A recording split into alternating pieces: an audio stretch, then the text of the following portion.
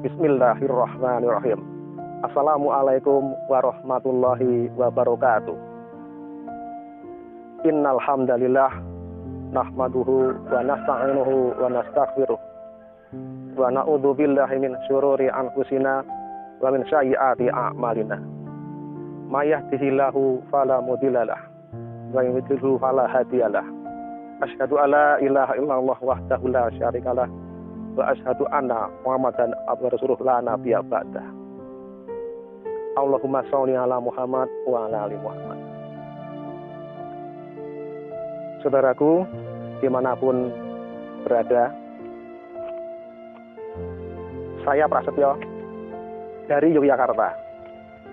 Mohon nanti kalau semua saudaraku bertemu saya dimanapun, mohon saya disapa. Assalamualaikum Pak Pras, Mas Pras, begitu. Dengan senang hati saya akan membalas sapaan panjenengan semuanya. Saudaraku, sekarang saya ada di sisi selatan makam Raja-Raja Mataram Islam. Mohon izin saya bercerita, di atas sana ada tiga makam yaitu makam Sultan Hadiwijaya, makam Kanjeng Panembahan Jayapurana, dan makam Nyi Ageng Nis. Alhamdulillah, Kanjeng Panembahan Jayapurana merupakan leluhur saya. Saya generasi ke-11. Beliau merupakan putra dari Kanjeng Sunan Prawoto dari Demak. Kanjeng Sunan Prawoto merupakan cucu Raden Patah dan cucu Kanjeng Sunan Kalijogo. Karena Kanjeng Raden Patah adalah besan Kanjeng Sunan Kalijogo. Sultan Trenggono menikahi putri Sunan Kalijogo yang bernama Gusti Kanjeng Ratu Sofia, mempunyai beberapa putra dan putri, salah satunya yaitu Kanjeng Sunan Prawoto. Saudaraku, tempat saya berpijak ini adalah Dusun Sayangan, Kelurahan Jagalan, Kecamatan Banguntapan, termasuk wilayah kerja saya. Saya kerja di kantor Kecamatan Banguntapan, kira-kira 2 km dari tempat ini. Saya kerja di kantor Kecamatan Banguntapan, membawahi wilayah Jagalan, Banguntapan, Pamanan, dan Singosaren. Saudaraku semuanya, bagi Anda panjenengan yang senang dengan berziarah, saya sarankan agar tetap taat kepada aturan dari pemerintah. Misalkan pemerintah belum mengizinkan untuk kunjungan, saya harap jangan berkunjung dulu. Kalau sudah pemerintah mengizinkan untuk ziarah, maka dipersilahkan untuk ziarah.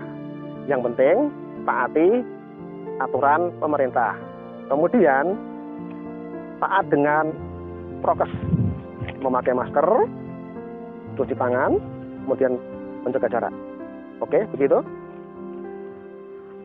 Saudaraku, di sini makam raja-raja ini, beliau walaupun sudah wafat, tetap bisa memberi manfaat kepada rakyat, bisa memberi manfaat kepada masyarakat setempat.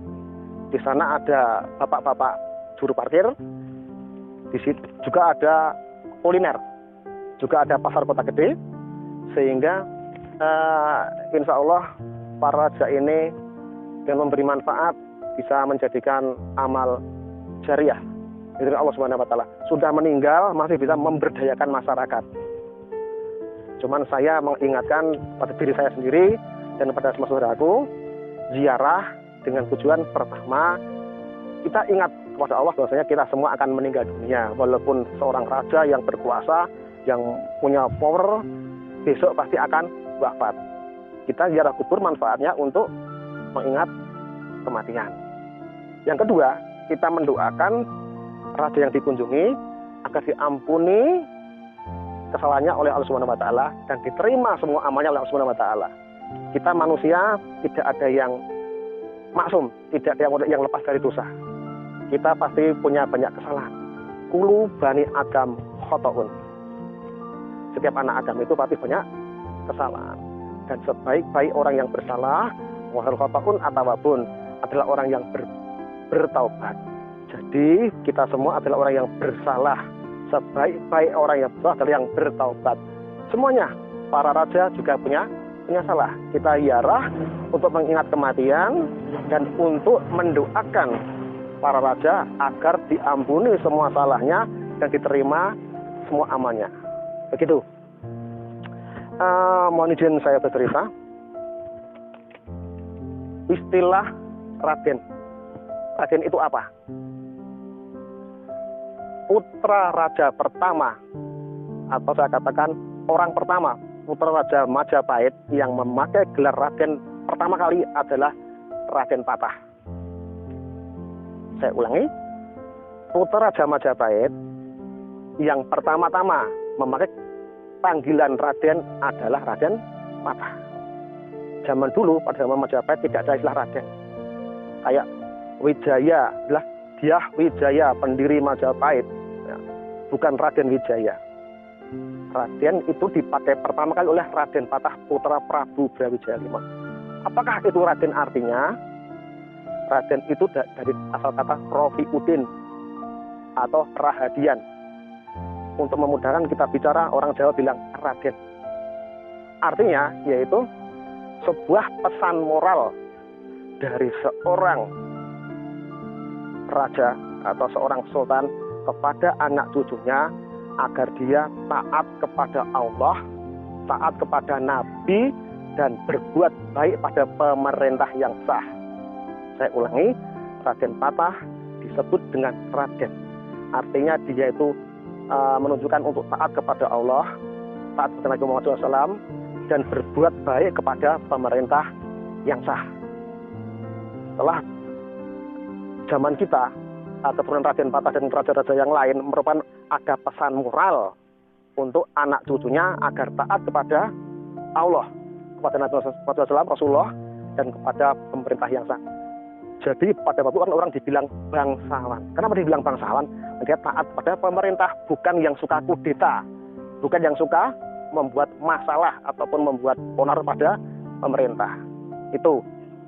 Kemudian mohon izin saya untuk membuka buku. Maaf kawan-kawan semuanya. Di sini ada sekilas riwayat sekaten. Di depan ada diterbitkan oleh Majelis Ulama Daerah Istimewa Yogyakarta. Pada halaman ke-9, kawan-kawan semuanya. Ini ya, saya baca. Pada tahun 1478, saya ulangi, 1478 Masehi, terjadi peperangan antara Raja Keling Prabu Ronowijoyo Girindrowardono dengan Majapahit yang dipimpin oleh Prabu Brawijaya V, ayahanda Raden Patah. Jadi pada tahun 1478 ada peperangan antara Ronowijoyo dengan Brawijaya V. Pada saat itu Majapahit kalah. Berarti yang menumbangkan Majapahit bukan Raden Patah, tetapi Ronowijoyo Girindrowardono. Sini ya kawan-kawan semuanya. Kemudian di dalam buku kita masih sekolah dulu, pada halaman ke-60, kawan-kawan saya bacakan.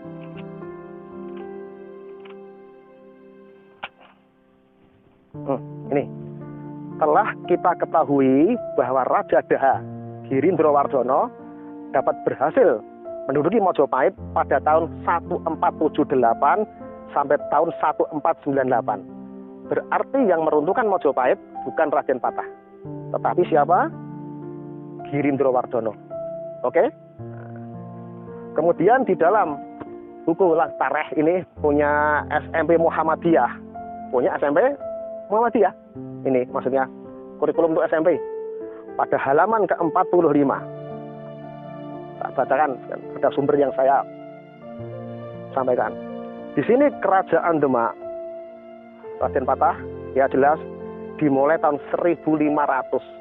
Berarti runtuhnya Majapahit 1478 yang meruntuhkan bukan Raden Patah. Pada saat Majapahit runtuh, Raden Patah masih bupati. Begitu kawan-kawan. Yuk, sekarang saya Jalan pelan-pelan. Dengan rendah hati kawan-kawan, saya mau menyampaikan Raden Patah memiliki 3 orang putra. Raden Patiunus, Raden Trenggono, dan Raden Surawiyoto.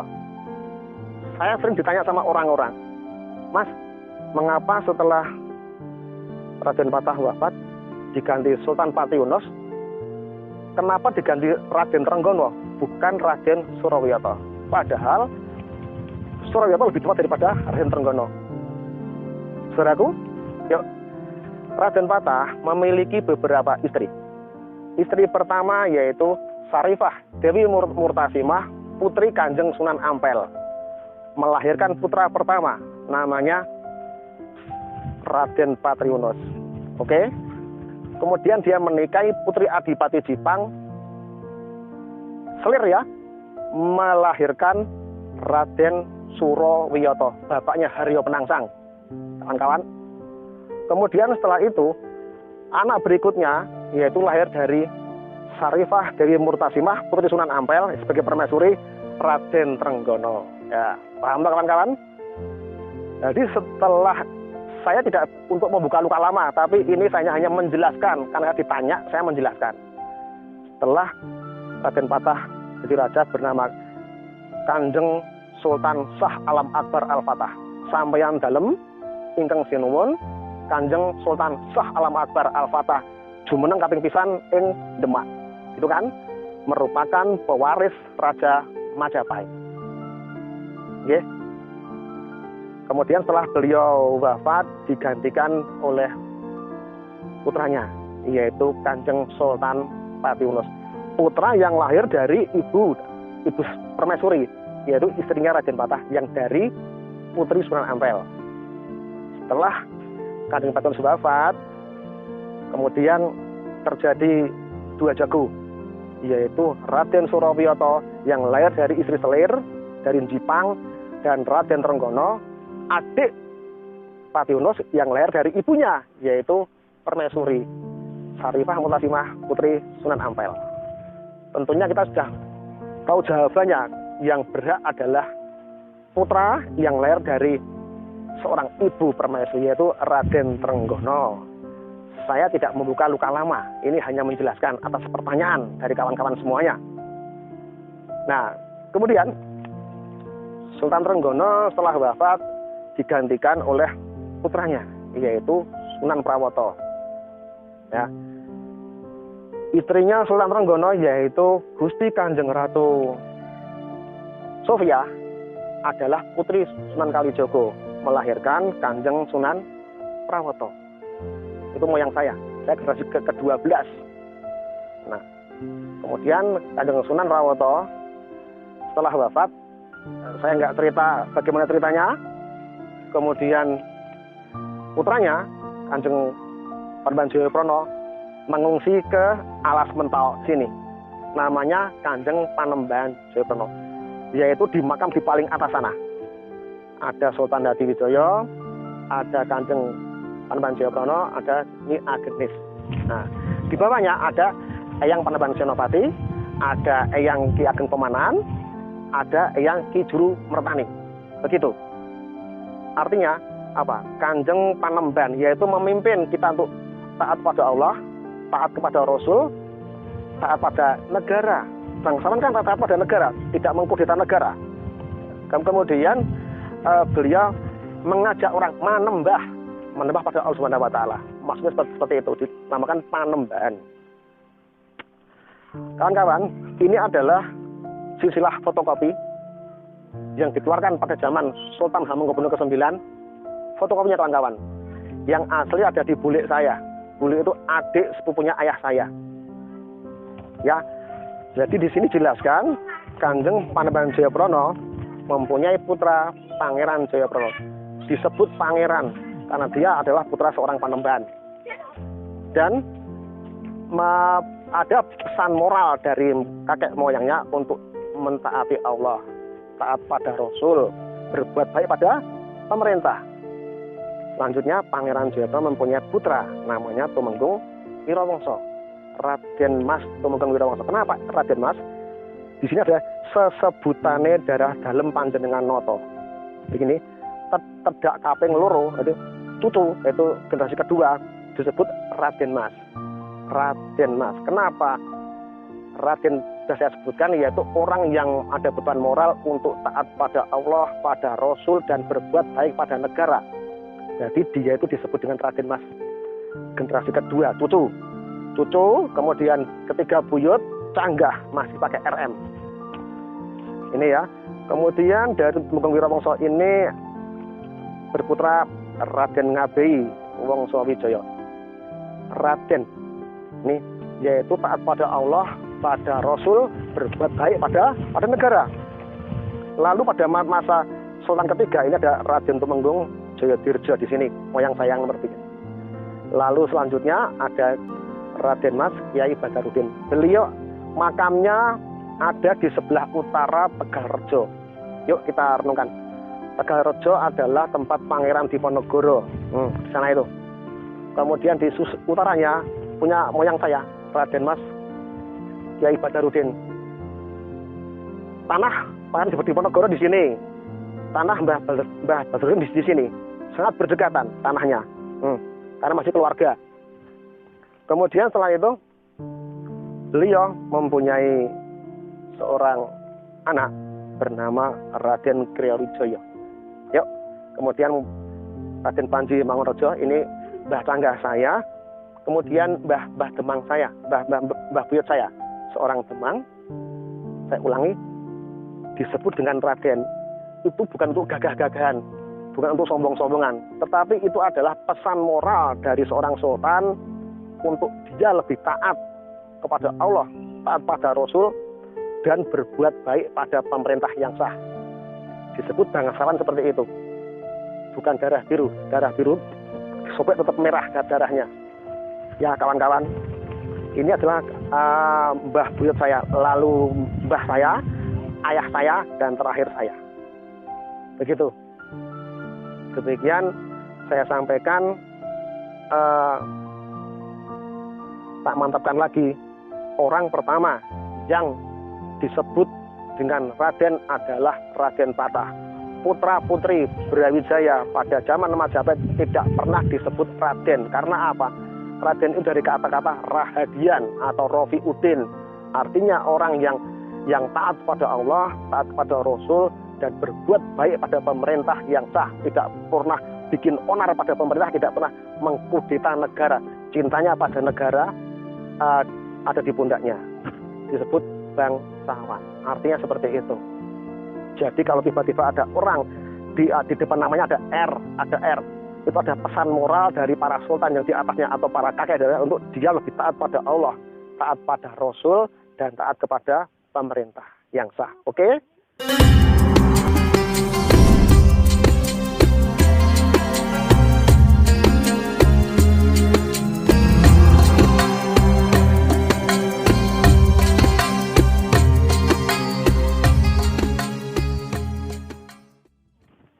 Ya, kawan-kawan semua, di sini saya akan menjelaskan antara Raden Mas, Raden Bagus, Raden Ajeng, dan Raden Ayu. Yuk, di sini dari layang Kekancingan yang pada masa Sultan Hamengkubuwono ke-9, saya mohon izin untuk bacakan. Untuk cucu raja, jadi generasi ketiga ya, cucu raja punya anak, kemudian cucu. Nah, cucu raja ini cucu, kemudian buyut punya canggah. Cucu punya anak namanya buyut, punya namanya canggah. Ini kalau laki-laki masih pakai RM, Raden Mas, oke? Nah, kalau perempuan memakai nama Raden Ajeng. Setelah dia menikah menjadi Raden Ayu. Oke, saya ulangi. Untuk cucu raja, ini ya, ini anak, ini cucu. Cucu raja punya anak namanya buyut. Buyut punya anak namanya canggah. Nah, cucu, buyut, canggah. Untuk pria disebut dengan Raden Mas. Untuk wanita disebut dengan Raden Ajeng. Bagi yang sudah menikah perempuan jadi Raden Ayu. Oke? Kemudian untuk laki-laki tetap Raden Mas. Selanjutnya generasi kelima ini punya anak. Nah, terus punya anak terus. Laki-laki namanya Raden Bagus. Oke? Setelah dia usia kira-kira 15 tahun lebih kalau sudah menikah, bagusnya hilang. Kita ulangi lagi, bagusnya hilang. Jadi cuma Raden begitu. Kalau wanita, kalau dia masih gadis, mulai generasi kelima, keenam, ketujuh dan seterusnya, Raden Roro, RR ya, RR, Raden Roro. Setelah dia menikah menjadi Raden Nganten, RNGT begitu. Mengerti kan? Raden Roro setelah menikah menjadi Raden Nganten. Raden Bagus setelah dewasa menjadi Raden begitu. Oke, paham kan? Kemudian, Mas, mengapa kok di dalam keraton ataupun di manapun ada Gusti ada Bendoro gitu? Apa maksudnya? Bendoro itu yang lahir dari selir, maaf ya. Lalu Gusti yang lahir dari permaisuri. Jadi Gusti Pangeran, jadi pangeran yang lahir dari permaisuri. Kalau Bendoro pangeran, maka dia yang lahir dari selir. Begitu. Jadi Gusti Pangeran Pati Yunus, Gusti Pangeran Trenggono, Bendoro Pangeran Surawiyoto, bapaknya Haryo Penangsang, kan begitu kan? Kan beda. Nah, kemudian mengenai ini saya jelaskan. Nah, istri. Kalau istri seorang anak-anak raja wanita, misalnya gini, seorang wanita putri raja lahir dari ibu permaisuri, namanya Gusti Raden Ayu. Kenapa Ayu? Udah menikah. Gusti Raden Ayu. Lalu namanya beliau ikut nama suaminya. Misalnya di contoh ya, misalnya saya menikahi putri raja, misalnya ini saya bercanda aja kan kawan. Nah, maka namanya Gusti Raden Ayu Prasetyo begitu. Jadi Gusti ini karena dia lahir dari permaisuri, Raden Ayu karena sudah ayu, sudah payu ya, lalu tak nikahin menjadi Gusti Raden Ayu Prasetyo gitu. Adapun tadi mengikuti nama suaminya. Saya mau bercanda aja lah. Misalnya gini, misalnya saya menikahi putri raja yang lahir dari ibu selir, namanya Bendoro Raden Ayu. Ya, ikut nama saya Bendoro Raden Ayu Prasetyo begitu. Iya toh, paham toh? Nah, ketika dia masih gadis, namanya misalnya gini, Bendoro Raden Ajeng. Nama aslinya Bendoro Raden Ajeng, terus nama aslinya. Setelah saya nikahi menjadi Bendoro Raden Ayu Prasetyo begitu. Ini, kemudian misalnya gini, tadi lahir dari ibu yang permaisuri, Gusti Raden Ajeng, nama aslinya. Setelah saya nikah menjadi Gusti Raden Ajeng Prasetyo begitu. Paham ya kawan-kawan? Nah, kemudian kalau tadi setelah cucu, buyut, canggah dari Raden Mas masih dejaka menikah tetap Raden Mas. Kalau yang dia wanita gadis dari mulai cucu, buyut, canggah masih gadis namanya Raden Ajeng. Setelah menikah menjadi Raden Ayu. Oke? Nah, kemudian berikutnya dari cucu, buyut, canggah dan seterusnya, kalau laki-laki namanya Raden Bagus. Setelah dia punya istri ataupun dia sudah dewasa walaupun sudah belum punya istri, bagusnya hilang jadi Raden gitu ya. Nah, kalau yang untuk wanita mulai generasi kelima, yaitu mulai setelah tangga kelima, enam dan seterusnya, Raden Roro. Setelah dia menikah atau dia dewasa menjadi Raden Nganten. Kalau dia punya suami Raden Nganten, kalau dia masih gadis ya semoga punya suami lah. Raden Roro jadi Raden Nganten begitu. Jadi kawan-kawan, misalnya sudah umur ada seorang wanita sudah umur 70 masih Raden Roro, dan itu kurang tepat. Roronya sudah hilang. Roro kan artinya gadis. Raden yang gadis gitu kan. Roro kan gadis artinya. perawan gitu. Kalau dia udah nenek, ya Raden Nganten, bukan Raden Roro. Paham kan kawan-kawan? Nah.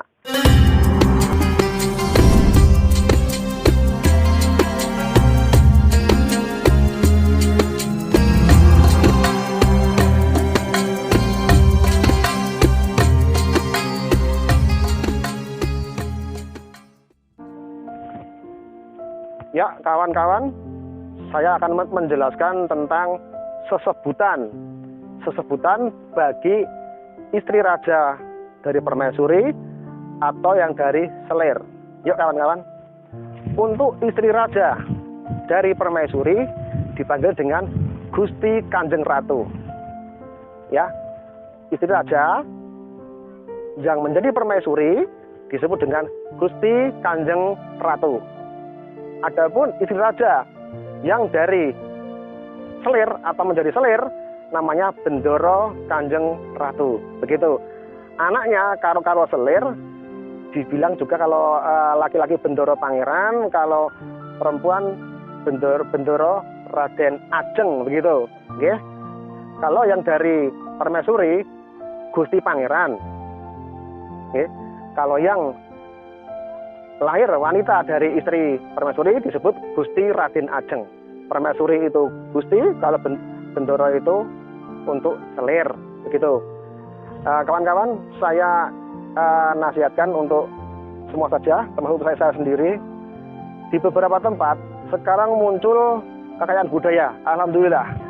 Kerajaan-kerajaan masa lalu. Layang Kekancingan ini merupakan panduan kita untuk sesebutan anak cucu raja, dan yang melampaui dari ini saya prihatin. Ada orang yang tiba-tiba mengangkat diri sebagai sultan, kemudian tiba-tiba dia ingin dipanggil sebagai pangeran, atau disebut pangeran adipati. Itu tindakan yang sebenarnya seolah-olah dia melestarikan budaya, padahal itu adalah merusak budaya.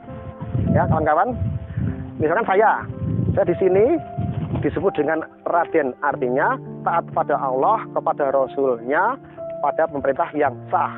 Pesan moral dari kakek leluhur, begitu. Tiba-tiba saya menamakan pangeran adipati, itu suatu kesalahan yang fatal. Seolah-olah saya akan melestarikan budaya, justru itulah yang merusak budaya. Ya, di beberapa tempat saya katakan ada yang seperti itu. Saya tidak perlu sebut nama. Pokoknya kawan-kawan untuk menyadari itu ada tindakan yang melampaui batas. Seolah-olah melestarikan budaya, padahal itu merusak budaya. Melebihi dari yang ada di Layang Kekancingan. Melebihi haknya. Hanya RM, hanya R atau RBG atau RR atau RAJ disebut dengan Pangeran Adipati, atau disebut dengan Bendoro Pangeran atau Gusti Pangeran, atau menamakan sebagai Sultan. Dan kadang-kadang dia malah melantik orang-orang untuk menjadi atau mendapatkan gelar-gelar tertentu. Itu sudah melampaui batas, merusak budaya punya kakek moyang kita. Nah, kawan-kawan, kalau yang mau menjawab nomor saya, ada pertanyaan akan saya jawab. Saya ada di nomor 0882 3868 2029. Kalau ada benar dari Allah, kalau ada salah dari saya. Saya dari Jogja. Mohon maaf. Assalamualaikum warahmatullahi wabarakatuh.